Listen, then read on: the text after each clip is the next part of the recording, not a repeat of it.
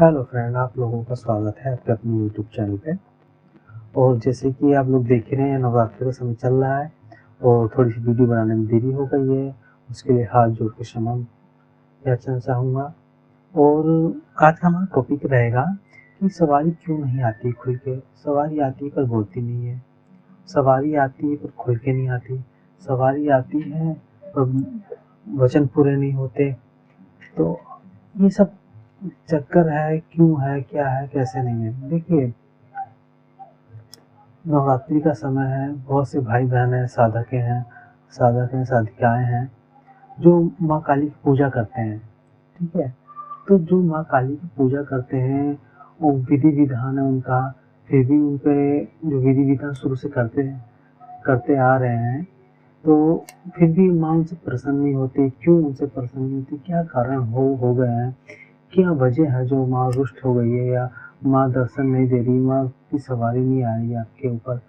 तो देखिए, जैसे कि मैं कहता हूँ कि हमेशा जब भी जाप करिए तो अपने इष्ट देव, पितृदेव और गुरुदेव सबका जाप करने के बाद कोई भी काम शुरू कीजिए, गणेश पूजन करके कीजिए। तो पता है क्या है, बहुत से लोग हैं, भाई बहन है मेरे, वो क्या करते हैं, सीधा जाप करने बैठ जाते हैं। देखो, नवरात्रि आ रही है, इसमें हो सकता है ज़्यादा से ज़्यादा चांस आपकी सवारी खुल जाए। जिस तरीके से मैं बता रहा हूँ आपको, अगर वह तरीका आप करेंगे ना, तो जो सवारी आप पे आधी अधूरी आ रही, क्या पता पूरी आने लग जाए। और सवारी ना आने के बहुत से कई कारण होते हैं, तो वो मैं आगे बताऊँगा, वीडियो के अंत में बताऊँगा। देखिए, बहुत से भाई बहन होते हैं, माँ काली की पूजा करते हैं, साधना करते हैं, और उन पे सवारी आती है, कभी कम आती, कभी आधी आती, कभी आगे चली जाती, कभी हल्का सा झटका देती है। तो वो पूजा पाठ वगैरह बहुत करते, तो उनकी समझ में नहीं आ रहा हमसे गलती कहाँ हो रही है, और गलती हो रही है कि नहीं हो रही, तो उनको किसी भगत वगत के पास नहीं जाते हैं। वो सोचते हैं कि कोई भगत के पास जाए तो तुम्हारी शक्तियाँ ना उतार ले। कुछ वजह, बहुत से रीज़न होते हैं जो वो अपने से बड़े भगत के पास नहीं जाते हैं। तो देखिए, ये सही बात भी और गलत बात भी है। सही बात इसलिए है कि बहुत से लोग साधक होते हैं, उनकी शक्तियाँ उतार लेते हैं, तो जिनसे उनकी शक्तियाँ तो नहीं आती सवारी, और गलत शक्तियाँ दे देते हैं, भूत प्रेत दे देते हैं। तो माता की शक्ति उतार के भूत प्रेत पकड़ा देते हैं, तो बोलते हैं तुम पे तो ये शक्ति आई है, ये शक्ति आई है, भूत प्रेत आया है। तो ये सब ऐसे करते हैं। और कुछ लोग होते हैं जो सही होते हैं, पर वो बड़ी मुश्किल से मिलते हैं। आज के टाइम में कोई किसी के पास कोई सिद्धि नहीं दे सकता, ना कोई किसी के पास भगवान की कृपा वगैरह दे सकता है। तो आपको खुद ही डिसाइड करना पड़ेगा कि कौन सही है, कौन गलत है। ठीक है, और मैं कुछ कारण बताऊंगा जिस वजह से माँ की कृपा नहीं होती। देखिए, वो से मेरे भाई बहन है, साधक हैं, जो मंत्र जाप करते हैं। तो मंत्र जाप करने का भी एक तरीका होता है। तो देखिए, जब भी आप आसन वासन, कुछ लोग तो आसन पर नहीं बैठते, सीधा मंत्र जाप चालू कर देते हैं। देखिए, सबसे पहले आसन बिछाइए, आसन को प्रणाम कीजिए, तब उसके ऊपर बैठिए। ठीक है, उस पर बैठने के बाद सभी अपने देवी देवता, कुल देवता, पितृ देवता, उच्च देवता, सबका ध्यान करके उनसे विनती कीजिए कि मैं माँ काली के मंत्र का जाप कर रहा हूँ, और मुझे इस में सिद्धि प्रदान करें, और ये जो मेरा मंत्र है इसमें सफलतापूर्ण कोई विघ्न ना आए। इसलिए गणेश जी का पूजा की जाती है।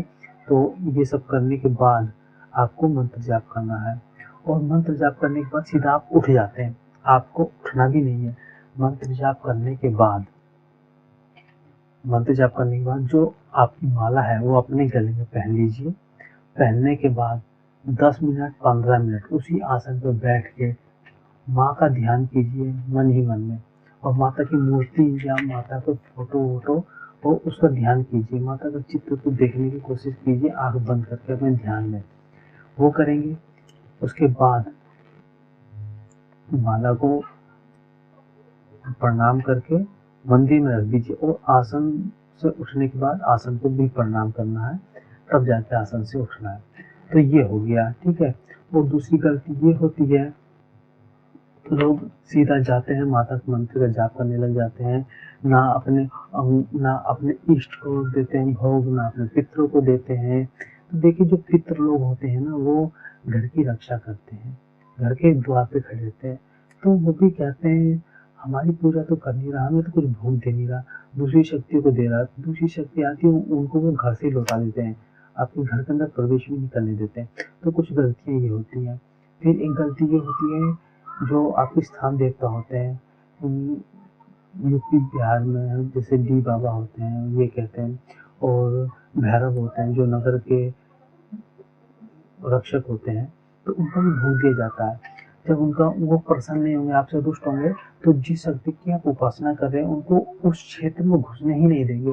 वो क्षेत्र में घुसेंगे तभी तो आपके घर आएंगे, फिर घर पे पितृदेव रोक लेंगे, घर में प्रवेश नहीं करने देंगे। तो पितरों को देना जरूरी है।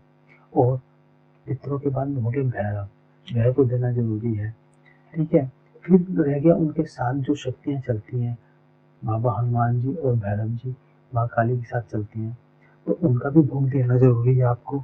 उनके भोग के बिना तो नहीं हो पाएगा कुछ, तो इसलिए उनका भी भोग दिया जाता है, और उनके भी नाम का दीप और ज्योत जलाई जाती है।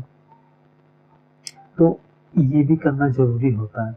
और कुछ कारण होते हैं कि पहले से घर परिवार में सवारी आ रही थी किसी को, तो अब उससे हट के तो अब आप पे आने लग जाती है। तो खुल के इसलिए नहीं आती क्योंकि आपको उसका विधि विधान नहीं पता। पहले से जो जिन पे सवारी आ रही थी उनके पूजा पाठ विधि विधान अलग था और आपका अलग है, तो इस वजह से भी थोड़ी दिक्कत हो जाती है शक्तियों को बुलाने में। तो जो पहले लोग थे पूजा पाठ करते थे जिस विधि विधान से, आप उनसे पूछ सकते हैं किस विधि विधान से पूजा पाठ किया जाए। अगर वो सब भी नहीं होता तो देखिए नवरात्रि आ रहे हैं, नवरात्रि में आपको संकल्प लेके माँ से संकल्प लेना है कि मैं ये मंत्र का जाप कर रहा हूँ और मेरे पे जो अधूरी सवारी आ रही है वो पूर्णतः आए, और मैं ये अनुष्ठान करूँगा। और देखिए आपको उस मंत्र का जाप करना, ज़्यादा से ज़्यादा जाप करना नवरात्रि में, क्योंकि ये नवरात्रि है, माँ का दिन है, और इस दिन सबसे प्रबल शक्तियाँ होती हैं माता की। आप माता काली के भक्त हैं, माता काली की मंत्र की सिद्धि कर रहे हैं, तो सिद्ध हो जाएंगी तुरंत। और कुछ भोग भी दिया जाता है उनको। देखिए जब आप मंत्र जाप कर रहे हैं, मंत्र जाप के बाद आपको हवन जरूर करना है। अगर आप पे सवारी नहीं आई तो आपको हवन करना जरूरी, भोग देना जरूरी माता को। देखिए कुछ लोग होते हैं क्या क्या गलती कर देते हैं, जिस दिन माँ का दिन होता है मंगलवार शनिवार, उस दिन देखिए ब्रह्मचर्य का पालन करना चाहिए, ब्रह्मचर्य खंडित नहीं करना चाहिए। उस दिन सात्विक खाना खाना चाहिए, मीट मछली दारू अंडा वंडा ये सब नहीं खाना चाहिए, और ज़्यादा से ज़्यादा हो सके तो उनका उपवास रखना चाहिए। ठीक है। और उस दिन उनको भोग दिया जाना चाहिए। आप सीधा जाते हैं पूजा पाठ करते हैं, दिया बत्ती जलाए बस हो गया, तो ये सब नहीं करना, उनको भोग भी दिया जाता है। उनको 2 लौंग बतासे इलायची का भोग दे दी। अंगारी होती है जैसे कि गोबर का कंडा होता है ना, तो उसको जला के उसी पे उनको भोग दे दीजिए, आहुति दे दीजिए, उसको दिया जाता है। तब वो उनकी जो शक्ति होती प्रबल हो जाती है। वैसे उनकी शक्ति कमजोर होती है जिस वजह से खुल के नहीं आ पाती, तो वैसे उनकी शक्ति प्रबल हो जाती है। जब भोग मिलता है तो उनकी शक्ति प्रबल हो जाती है, बढ़ जाती है, जिस वजह से वो शक्ति पूरी खुल के आती है। तो यही सब कारण है जिन वजह से लोग परेशान रहते हैं।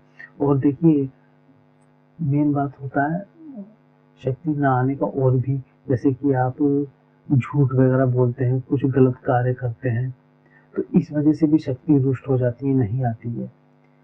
शक्ति हमेशा उन्हीं व्यक्ति पे आती है जो साफ सुथरे और ब्रह्मचर्य का पालन करते हैं और सात्विक रहते हैं, उन पे सवारी जल्दी आती है। तो इन चीज़ों का ध्यान रखें। और देखिए नवरात्रि का समय चल रहा है, ज़्यादा से ज़्यादा माता के मंत्र का जाप कीजिए, संकल्प लेके कीजिए, और भोग दीजिए और दशांश हवन कीजिए। अगर हवन दशांश नहीं कर सकते तो 108 आहुतियाँ जरूर कीजिए माँ के नाम की। तो मैं यकीन के साथ बता रहा हूँ आपको 100% रिजल्ट मिलेगा। अगर किसी तांत्रिक ने, किसी ओझा सोखा ने अगर आपकी शक्ति बांध रखी है तो भी आपकी शक्ति खुल जाएगी। इस दिन माता की शक्तियाँ प्रबल रहती हैं और कोई भी किसी की शक्ति को बांध नहीं सकता इतनी जल्दी उस दिन 9 दिन। तो आप ऐसे करेंगे, जब माता की शक्ति प्रबल हो जाएगी, माता और ताकतवर हो जाएगी, तो वो जिसने उनको बांध रखा उनके बंधन से वो मुक्त हो जाएंगी। तो ये सब कीजिए, तो मैं आशा करता हूँ कि आपको आपकी समस्या का समाधान मिल गया होगा। और आज की वीडियो में इतना ही, धन्यवाद।